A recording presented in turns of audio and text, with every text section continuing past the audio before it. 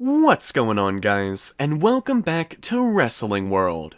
As if the Firefly Funhouse didn't have enough speculation and theories already going around, there seems to be another mystery going on once again, which is now Daniel Bryan's status. So where is Daniel Bryan? We don't know for the time being, but Bray Wyatt dropped plenty of hints that could lead us to what's going on with Daniel Bryan. Daniel Bryan was set to face off against The Fiend for the WWE Universal Championship at TLC 2019, but that was all changed after he was attacked in the ring. The Fiend pulled Daniel Bryan under the ring and ripped all of his hair off, and he hasn't been seen since. At first, we thought Daniel Bryan would just appear the next week with his new look, but it's clear now that this is going to be a longer process.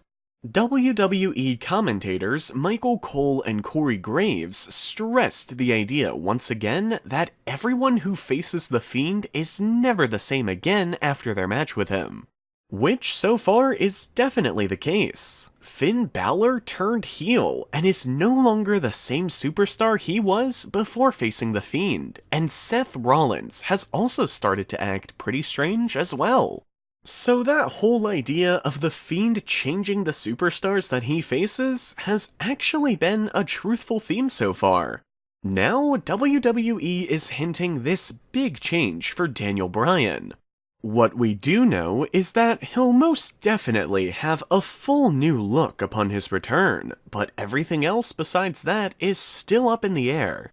Will he still be himself, or will he be brainwashed and influenced by The Fiend? So, let's go over the hints that Bray Wyatt gave during the Firefly Funhouse.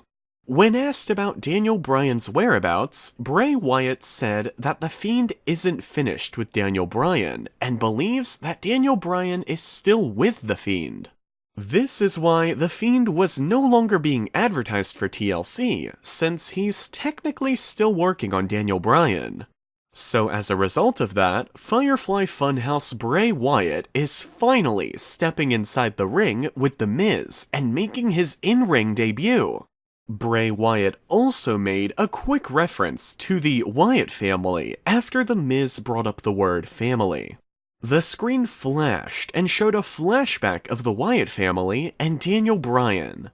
That flashback comes from early 2014, when Daniel Bryan was a member of the Wyatt family for a short amount of time, before he would eventually turn on Bray Wyatt and embarrass him.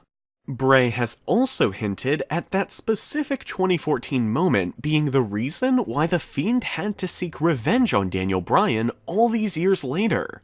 So, what's The Fiend doing with Daniel Bryan, and what will come out of it? That's going to be the interesting part to keep your eye on.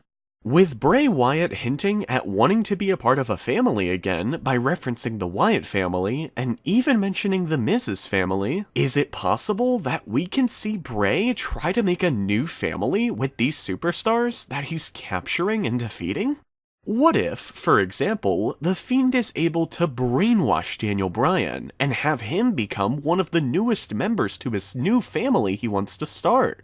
And you've heard this theory a million times by now, but also even get Liv Morgan in there to really have this dark and twisted stable of The Fiend, the new Daniel Bryan, and the new Liv Morgan. If written well and the story is put together well, that could make for one really interesting Wyatt Family 2.0. Another thing that the WWE has really started to develop more is the Firefly Funhouse version of Bray Wyatt. At first, this version of Bray Wyatt stayed in his funhouse and never really physically interacted with any other superstars. But now, we're starting to see more from the Firefly Funhouse Bray. As we saw recently on Smackdown, Bray Wyatt sent up a trap for The Miz and actually delivered on the attack rather than having The Fiend take care of it. This ordinary version of Bray Wyatt always seemed to be passive and against any physical action. Such as, when Seth Rollins destroyed the Firefly Funhouse, Bray Wyatt didn't even try to stop him or attack him at all because of how passive the character was at that time. But Firefly Funhouse Bray Wyatt is definitely stepping out of his shell now and getting involved in matches, which could be a great thing if used correctly. Instead of just having non-stop Fiend matches and having the fans get burnt out of that persona, the WWE can now mix in the ordinary version of Bray Wyatt to step in and shake things up every once in a while, and be a good change of pace from always seeing the Fiend. It just adds more depth and gives his character more to work with if he's able to constantly switch back between regular Bray Wyatt and the Fiend.